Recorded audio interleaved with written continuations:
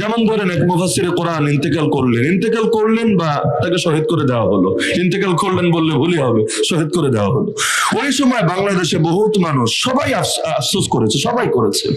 এর মধ্যে অনেকে দেখা গিয়েছে ফেসবুকে খালি একটা পোস্ট দিয়েছে ইন্না লিল্লাহি ওয়া ইন্না ইলাইহি রাজিউন, আর কিছু না। দল থেকে লাথি মেরে বের করে দিয়েছে যে তুই কেন তার পক্ষে ইন্না লিল্লাহ বলে কেন বললি, বের হ। এখন ইন্না লিল্লাহ পরে যদি দল থেকে বের হওয়া লাগে কি করবে? দেখা গেল সিরাজগঞ্জের এক মসজিদের ইমাম সাহেব ওই দলের একজন যখন মরলো না, তখন আলহামদুলিল্লাহ লিখে একটা কমেন্ট করলো, পোস্ট না।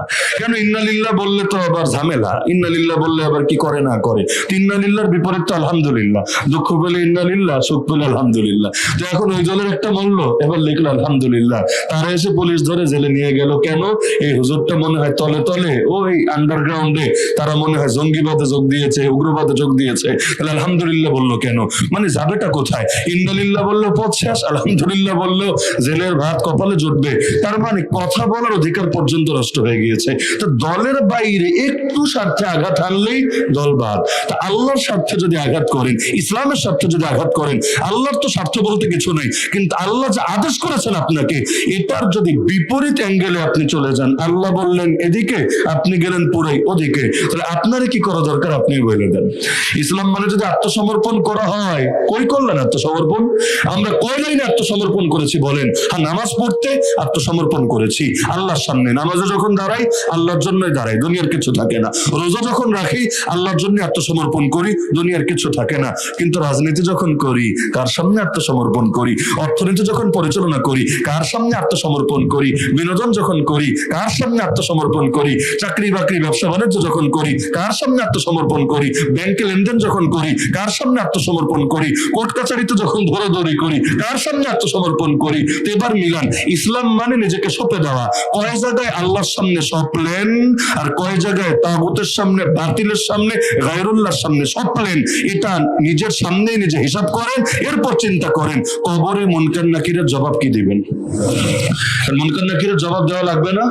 কি বাক্য মুখস্থ করে গেলে জবাব দেওয়া যাবে না? মুখস্থ বিদ্যা সব জায়গায় চলে না। সামনে যখন দেখবেন এমন ফেরেশতা হাজির, পা হলো মাটিতে আর মাথা হলো আসমানে, চোখ হলো ইয়া বড় বড় চোখ, অবস্থা এমন, কথা বলতে গেলে মনে হচ্ছে আগুনের ফুলকি বের হচ্ছে। এটা দেখেই তো আপনার অবস্থা শেষ। দুনিয়াতে হলে তো কাপড়ে ভিজিয়ে ফেলতো, ওখানে তো আর কাপড় ভেজানোর অপশন নাই। দুনিয়াতে হলে হার্ট অ্যাটাকও করতে পারতো, ওখানে তো আর স্ট্রোক করার অপশন নাই। কিন্তু এটা দেখে মুখস্থ বিদ্যা বলার আর সুযোগ নেই, মুখস্থ কিচ্ছু থাকবে না, সব মাথা থেকে হারিয়ে যাবে। বিপদে পড়লে মুখস্থ থাকে না। রিমান্ডে কত কিছু এমন হলো যে জানা জিনিস অজানা হয়ে যাচ্ছে। ফর্ম পূরণ করতে যে বিশাল, এখানে দাদার নাম কি, দাদির নাম কি, নানার নাম কি, নানির নাম কি, শ্বশুরের নাম কি, এর নাম কি, ওর নাম কি, মানে এত নাম আর নাম। এখন গিয়ে দেখা যাচ্ছে নাম কিছু ভুলে গেছি আমি, খালার নাম লিখতে পারছি না। জিজ্ঞাসা করছে এলাকার চেয়ারম্যানের নাম কি, চেয়ারম্যানের নাম, চেয়ারম্যান তো জানি, চেয়ারম্যানের নাম কি মনে তো আসছে না। এরা অবাক, হুজুর নাম আমার ভুলে নাকি? কি ভাই করার আছে, পেরেশানি জিনিসটাই এমন, নাম পর্যন্ত মনে আসে না। নিজের নাম মনে আছে এটারই তো শুকরিয়া, আরো এত এত নাম মনে রাখবো কিভাবে? এটা তো বিশাল টেনশনের ব্যাপার। আর একই প্রশ্ন ডেইলি ডেইলি ডেইলি বারবার প্রশ্ন করে টিপ দিয়ে দেখে জবাব কি একই থাকে না জবাব চেঞ্জ হয়। যদি দেখে জবাব এক, বুঝবে না হুজুরটা নিরাপরাধ, আর যদি দেখে জবাব ভিন্ন ভিন্ন হচ্ছে, বুঝবে ডাল মে কুছ কালা হয়। তো দুনিয়ার রিমান্ডেই যদি নাম ভুলে যায় মানুষ, এই অবস্থাটা হয়। এমনকি জেলে ঢোকানোর সময় একবার হিসাব নিকাশ করে, কিছু সিকিউরিটি কোয়েশ্চেন করে। ওই যেমন অনেক আইডি টাইডি খুলতে গেলে কিছু সিকিউরিটি প্রশ্ন দেওয়া থাকে, এগুলো কখন আইডি যদি আপনার পুনরুদ্ধার করা লাগে, প্রয়োজন পড়ে, তো জেলে ঢোকার সময় এরকম কিছু টুকটাক প্রশ্ন করে। হাতে বা মাথায় বা কোথায় তিল আছে, তিলগুলো লিখে রাখে, সবকিছু, এমনকি চুল বাবরি না খাটো সব লিখে রাখে। বের হওয়ার সময় আবার এগুলো মিলায়। দেখা যায় ঢোকার সময় আর বের হওয়ার সময় অনেক কিছুতে মিল থাকে না। কেন? আগে বলেছিল, কি যে বলেছিল এটাই মাথায় মনে কাজ করে না। তো দুনিয়ার সামান্য ঠেলা খেয়ে যদি হয় অবস্থা, রব্বুল আলামিন যখন মুনকার নাকির পাঠাবেন ওই সময় কি হবে অবস্থা? তো মুখস্থ বিদ্যা দিয়ে বাঁচতে পারবেন হাসরে, বাঁচতে পারবেন কবরে? তাহলে দিলের মধ্যে বসাতে হবে। তাহলে আমার আজকের মূল সবক এটাই, দিলের মধ্যে ইসলাম বসান, সব ক্ষেত্রে নিজেকে আল্লাহর সামনে সঁপে দেন। মনে রাখবেন আমার মালিককে, আমার ফ্যামিলির মালিককে, এই জমিনের মালিককে আল্লাহ। ইন্নাল আরদা লিল্লাহ, কোরআন বলে দিচ্ছে জমিন হলো আল্লাহ, জমিন হলো আল্লাহ, মালিকানা আল্লাহ, সম্পদকার এটাও আল্লাহ। ওয়া মিম্মা রাযাকনাহুম ইউনফিকুন, আমি যে রিজিক দিয়েছি বান্দাকে সেটা থেকে তারা দান করে। মানে মালের দাতাও আছেন একজন, তিনি হলেন আল্লাহ। আরে আল্লাহ আমার চোখের মালিক বলেই তো যেদিকে মনে চায় তাকাতে পারি না।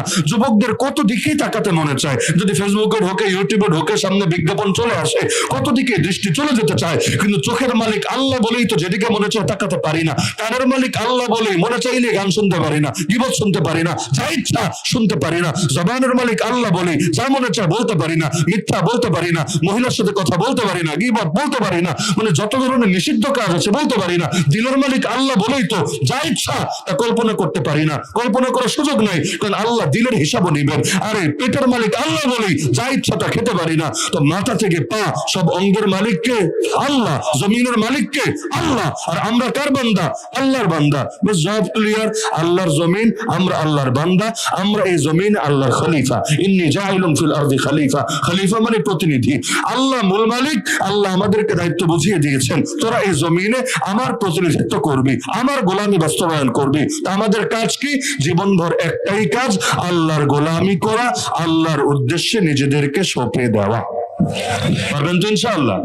আমি কিন্তু জটিল কোনো আলাপ টানি নাই, খালি পুরো বয়ান ইসলামের অর্থটা চিনালাম। আজকে রাতে ঘুমানোর আগে সবাই একটু নিজেই নিজেকে জিজ্ঞাসা করবেন যে আত্মসমর্পণ তথা ইসলাম আমার মধ্যে আছে কিনা। যদি থাকে আপনি মুসলিম, মুসলিম বাণী আত্মসমর্পণকারী। যদি না থাকে, 50% আছে, 50% নাই, 80% আছে, 20% নাই, তাহলে বাকিটা অতি দ্রুত সম্পন্ন করে ফেলেন। কেন? আল্লাহ বলেছেন ওয়ালা তামুতুন্না ইল্লা ওয়া আনতুম মুসলিমুন। পূর্ণ মুসলমান না হয়ে মরো না। আল্লাহ আদেশ করেছেন পূর্ণ মুসলমান না হয়ে মরবা না। মরা আমার হাতে, মরা আপনার হাতে, মরা কার হাতে?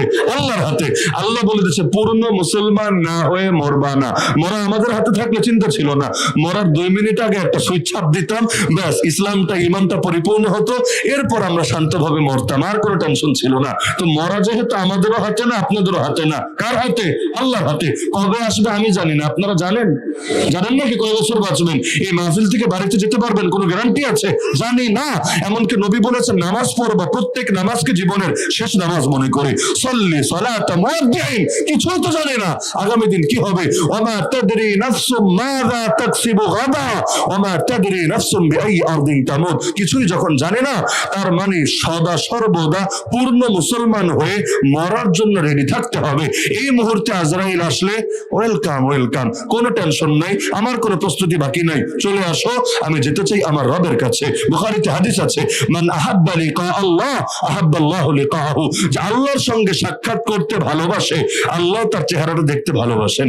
ওমান কারিহা লিকা আল্লাহ, আর যে আল্লাহর সঙ্গে সাক্ষাৎ করতে অপছন্দ করে, কারিহাল্লাহু লিকাহু, আল্লাহ তার চেহারা দেখতে অপছন্দ করেন। মায়ের কাছে যেতে কোনো ভয় নাই, মায়ের চাইতে বড় আপন যিনি, তার কাছে যেতেও কোনো ভয় থাকা উচিত না। ভয় থাকে চোরের, ভয় থাকে বাটপারের, ভয় থাকে পাপীর, ভয় থাকে অপরাধীর। যদি তার সাথে আমার ডাইরেক্ট কানেকশন থাকে, ভয় কিসের? আমি তো অপেক্ষায় কবে যাব তার কাছে। নবীকে অপশন দেওয়া হয়েছিল, নবী চাইলে যতদিন ইচ্ছা থাকতে পারো দুনিয়ায়, চাইলে আসতে পারো আমার কাছে। নবী থাকতে চেয়েছেন না যেতে চেয়েছেন? চাইলে তিনি থেকে যেতে পারতেন। আজকে এই 2024-ও আমরা নবীকে দেখতে পারতাম। আল্লাহ তাকে স্বাধীনতা দিয়েছিলেন। ইন্না আবদান খায়্যারাহুল্লাহু বাইনা দুনিয়া ওয়া বাইনা মা ইনদা ফাখতারা মা ইনদা। কিন্তু নবী বলেছেন না না, আল্লাহুম্মা রাফিকাল আলা, আল্লাহুম্মা রাফিকাল আলা। আমরাও চাই রবের কাছে যেতে, আমরাও চাই ইন্নী ওয়াজ্জাহতু ওয়াজহিয়া লিল্লাযী ফাতারাস সামাওয়াতি ওয়াল আরদা হানিফা ওয়া মা আনা মিনাল মুশরিকিন। ওলি হতে আর কিছু লাগবে না, খালি এই কথাটা শোনেন, আল্লাহর ওয়াস্তে এই কথাটা শোনেন, প্রতিটা মুহূর্তে মরার জন্য রেডি থাকেন, আর কিছু লাগবে না। এই এক চিন্তাই আপনাকে আল্লাহর ওলি বানায় ছাড়বে ইনশাআল্লাহ। তো মরতে রেডি হবেন তো ইনশাআল্লাহ? আর মরতে রেডি হতে চাইলে একটা কাজ করলেই চলবে, সঁপে দিতে হবে নিজেকে নেতার উদ্দেশ্যে, দলের উদ্দেশ্যে, দিল্লির উদ্দেশ্যে, কার উদ্দেশ্যে? রয়ের উদ্দেশ্যে, আল্লাহর উদ্দেশ্যে। আল্লাহর সামনে যদি সঁপতে পারেন, আল্লাহ আপনাকে ঠকাবে না। দুনিয়ায় ঠকায় না, দেখেন না, ক্ষমতা নাই তারপর আগলে রাখে। কত বদনাম শুনতে হবে, আরে শুনবো প্রয়োজনে, এত কিছু করলো আমাদের জন্য, এই এত পরিমাণ দেওয়া দিয়েছে, নিজে বলে নাই এত কিছু দিয়েছি তাদেরকে, চিরকাল মনে রাখবে। কি যে দিয়েছে আল্লাহ ভালো জানে, মনে রাখছে, এটা ভালো। আমি মনে করি ভালো। নেমক হালালি করা দরকার, নেমক হারামি না, ভালো। তো এতকাল তুমি পেয়েছো, এখন তুমিও দাও, বিনিময়ে গালি খেলে খাও, ব্যাপার না। তো দুনিয়ার মানুষই যদি এতটা স্যাক্রিফাইস করতে পারে, আল্লাহ তাআলা তো আরহামুর রাহিমিন, আল্লাহ তাআলা তো বান্দাকে কখনোই ঠকাবেন না। পরম বিপদে তিনি আমাদের হাত ছেড়ে দেবেন না। অন্ধকার কবরে আলো জ্বালাবেন, হাসরে ডান হাতে আমলনামা দিবেন, যেদিন কোনো ছায়া থাকবে না, আরশের নিচে ছায়া দেবেন, পুল সিরাত যা নিজের শক্তিতে কেউ পার হতে পারবে না, বিজলির গতিতে পার করিয়ে দিবেন, হিসাব দিয়ে কেউ জান্নাতে যেতে পারবে না, আল্লাহ বিনা হিসাবে বা হিসাব সহজ করে জান্নাতে দিয়ে দিবেন ইনশাআল্লাহ। আল্লাহ আমাদের সবাইকে প্রকৃত মুসলিম হওয়ার তৌফিক দান করুন, জীবনের সব ক্ষেত্রে রবের উদ্দেশ্যে নিজেদেরকে সফল হওয়ার তৌফিক দান করুন। আল্লাহ তাআলা মাদ্রাসাকে কবুল করুন, মাদ্রাসা যাবতীয়